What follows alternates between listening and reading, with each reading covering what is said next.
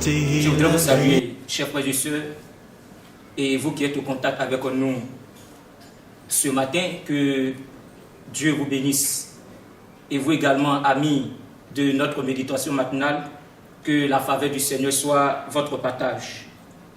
Nous voulons dire ceci, que face à l'actualité qui prévaut depuis des mois dans le monde, où tout semble perdu, où l'espoir est en train de disparaître dans le cœur, où le découragement est en train de gagner un certain nombre de personnes, il est important, bien-aimés frères et sœurs, pour toi qui nous écoutes ce matin, de comprendre que la grâce du Seigneur est encore disponible pour chacun d'entre nous.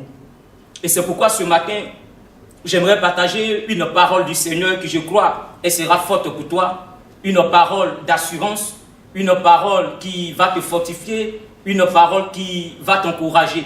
Cette parole-là, elle a fortifié Israël dans le temps. Et je crois qu'aujourd'hui, elle va te fortifier cette parole. Et c'est pourquoi ensemble, j'aimerais que nous puissions lire un texte dans la parole de Dieu, précisément dans Jérémie, le chapitre 29, le verset 10 et 11. Voici ce que la Bible nous dit dans notre texte. Mais voici ce que dit l'Éternel. Dès que 70 ans seront écoulés pour Babylone, je me souviendrai de vous et j'accomplirai à votre égard ma bonne parole en vous ramenant dans ce lieu. Car je connais les projets que j'ai formés sur vous, dit l'Éternel, projets de paix et non de malheur, afin de vous donner un avenir et de l'espérance. Que Dieu bénisse cette écoute de sa parole dans notre cœur.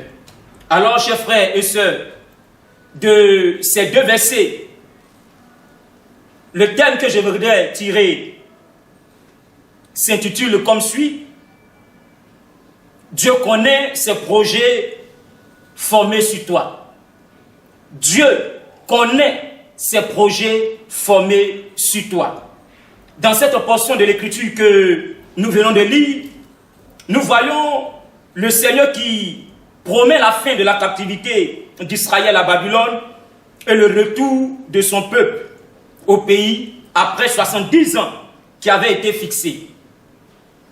Alors, chers frères et sœurs, il est important de comprendre que, au travers de ces versets, nous voyons un encouragement que Dieu donne à son peuple. Ce peuple humilié dans cette captivité, ce peuple découragé, ce peuple sans force, ce peuple qui avait perdu de l'espoir. Bien-aimés frères et sœurs, et même ce peuple disait que son espérance était détruite dans cette captivité-là. Dieu vient, par cette parole, lui redonner du courage, tout en amenant le peuple à comprendre qu'il reste Dieu. Ainsi, frères et sœurs, pour toi qui m'écoutes ce matin, cette parole du Seigneur est encore d'actualité pour ta vie. Cette parole du Seigneur est encore d'actualité pour toi qui me regardes. Cette parole du Seigneur est encore d'actualité. Quel que soit ce que tu vis, cette parole est encore d'actualité pour ta vie. Les hommes peuvent dire ce qu'ils veulent. Les hommes peuvent faire ce qu'ils veulent. Ils peuvent mettre un certain nombre de choses sur pied. Mais l'important que tu puisses réaliser ce matin, Dieu dit, je connais les projets que j'ai formés sur toi.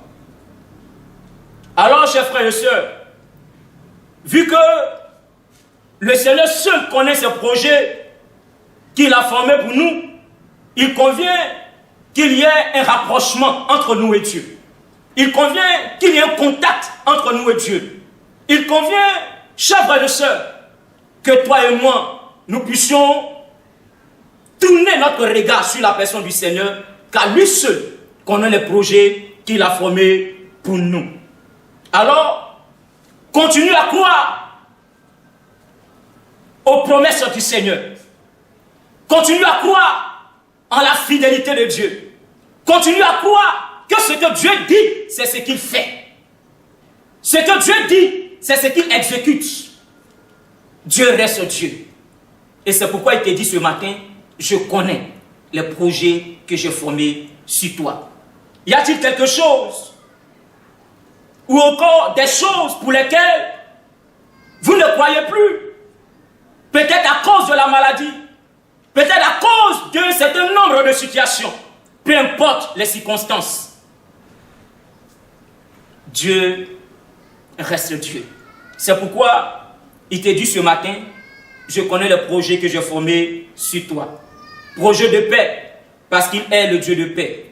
Et il continue à dire, pour vous donner un avenir et de l'espérance. Notre espérance réside en la personne du Seigneur Jésus-Christ. Que Dieu te bénisse ce matin et que cette parole puisse te fortifier et puis te donner une orientation par rapport à cette journée d'aujourd'hui. Que la grâce du Seigneur soit votre partage. Ensemble, nous allons prier le Seigneur. Merci pour ta grâce. Merci pour ta fidélité. Merci Seigneur, que cette parole puisse se conduire mon frère, puisse se conduire ma soeur, puisse le fortifier, puisse le redonner du courage, afin qu'il place son espérance en toi, car tu as dit que tu connais les projets que tu as formés pour lui. Que Dieu nous bénisse ensemble et que la grâce du Seigneur soit notre partage. Amen. Jésus.